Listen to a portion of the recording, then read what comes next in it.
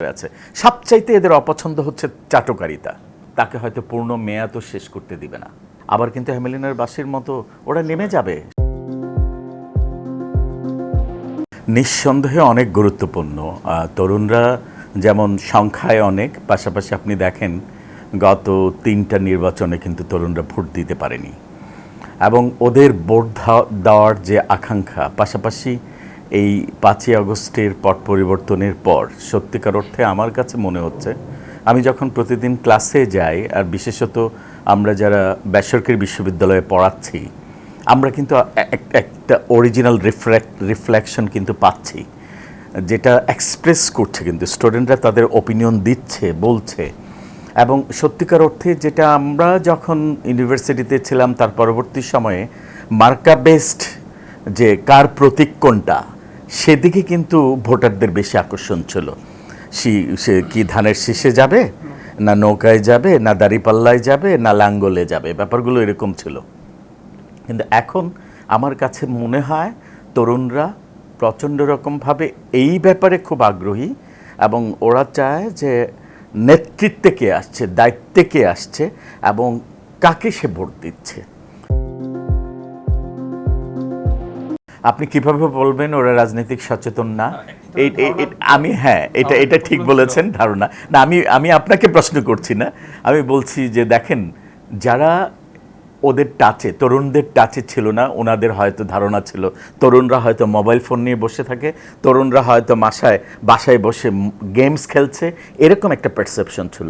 কিন্তু আমরা যারা 16-17 বছর, বিশেষত 17 বছর যাবৎ আমি প্রাইভেট বিশ্ববিদ্যালয়ে পড়াচ্ছি, আমার কিন্তু ব্যক্তিগতভাবে তরুণদের নিয়ে একটা বড় ধরনের আশা ছিল। আপনি দেখেন তরুণরা 2015-তে কী করেছে, যখন ফ্যাসিস্ট সরকার ব্যাট ইম্পোজ করতে চেয়েছিল 15%, মনে আছে কিনা? ওরা কি করতে পেরেছে? তরুণরা কিন্তু সেটা দেখিয়ে দিয়েছে। ইট ওয়াজ এ মেসেজ ফর ফ্যাসিস্ট যে আমরা যখন মাঠে নামবো আমরা কিন্তু দাবি আদায় করে ছাড়বো, এবং তরুণরা কিন্তু সেটা করেছে। আপনি দেখেন 2015-তে, আপনি পরবর্তীতে দেখেন নিরাপদ সড়ক চাই, তরুণদের যে স্বতঃস্ফূর্ত অংশগ্রহণ এবং ইউনিটি ছিল, বিশেষত প্রাইভেট বিশ্ববিদ্যালয়ের ছাত্রছাত্রীদের কথা আমি বলছি, পাশাপাশি তার সাথে জয়েন করেছে কলেজ এবং স্কুলের ছাত্রছাত্রীরাও। এবং সর্বশেষ সেটা দেখিয়ে দিয়েছে, কি দেখিয়ে দিয়েছে? 5ই আগস্টে জুলাইয়ের আন্দোলনে। এখন একটা দায়িত্ব কিন্তু রাজনৈতিক দলগুলোর মধ্যে রয়ে গেছে। আপনি দেখেন আপনি কাকে নমিনেশন দিবেন। আপনি যদি বিগত ফ্যাসিস্ট সরকারের সময় দেখেন, যেটা সবচেয়ে বেশি হয়েছে, যার যত বেশি সম্পদ ছিল সেই কিন্তু নির্বাচনে নমিনেশন পেয়েছে। আসলে ওখানে নির্বাচন তো ছিল না, নমিনেশনই ছিল নির্বাচিত হওয়া। ব্যাপারগুলো ছিল এরকম, আমি এমনও শুনেছি কি করবে আমাকে 5-এ, নেয় আমাকে 10-এ, মানে ব্যাপারগুলো যে বেশি দিতে পেয়েছে নমিনেশন বাণিজ্যে, সেই নমিনেশন পেয়েছে। এমনও শুনেছি ইউনিয়ন পরিষদের নমিনেশন নেওয়ার জন্য 1 কোটি টাকাও দিয়েছে। আর মেম্বার অফ পার্লামেন্টের জন্য বুঝতেই পাচ্ছেন সেটার অ্যামাউন্টটা কোথায় ছিল।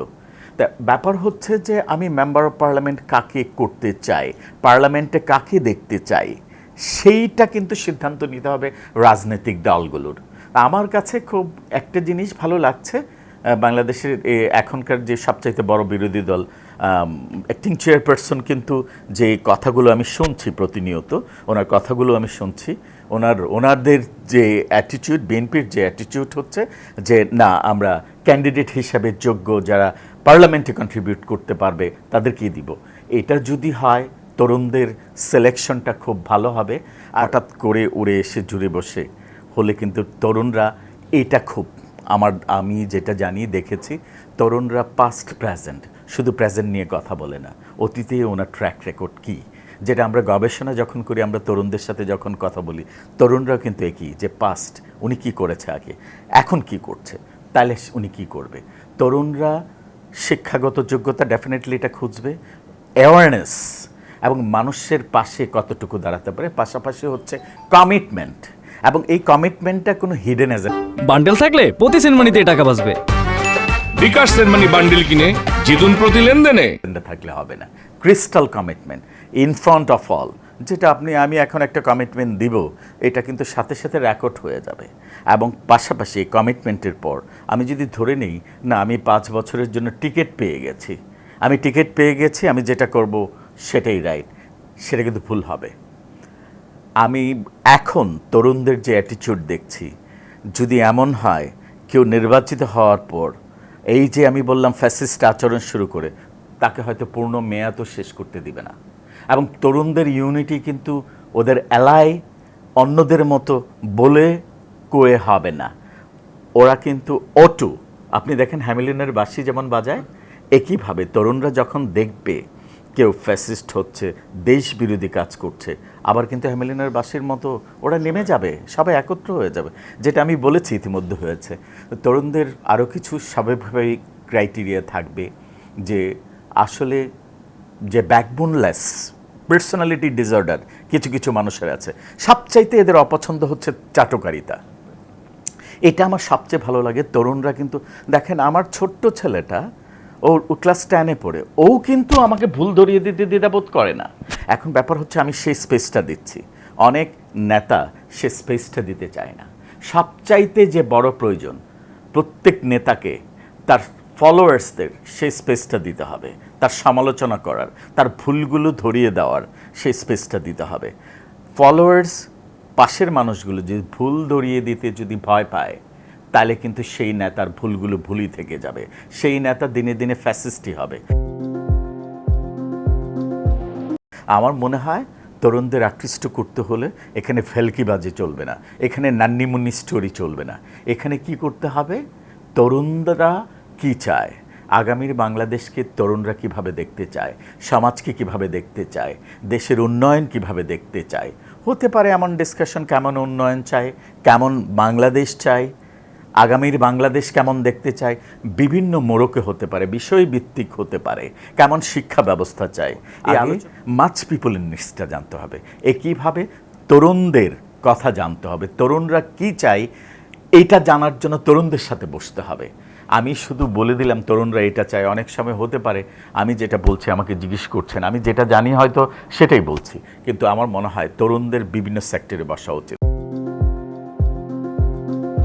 এটা আমি যদি আপনাকে বলি, গত 16-17 বছর যেহেতু সাধারণ মানুষের আপনাদের ইলেকট্রনিক মিডিয়াতে বলার সুযোগ ছিল না, সত্যিকার অর্থে আপনারাও খুব এমন অবস্থায় ছিলেন যে ব্যাপারটা এরকম, কোনো মিডিয়া সেটা পাবলিশ করবে, দেখা গেছে রাতের বেলা সেই চ্যানেল বন্ধ করে দিয়েছে, যার কারণে আপনাদের মধ্যে অনেকেই সেটা করতে পারেননি।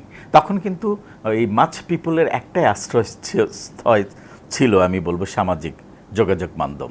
এখন কিন্তু যেটা ফেসবুকে ভাইরাল হচ্ছে এবং ফেসবুকে যেটা নিয়ে অপপ্রচার হচ্ছে, আপনারা কিন্তু সেই কথাগুলো এখন বলছেন এবং সেই স্পেসটা আছে।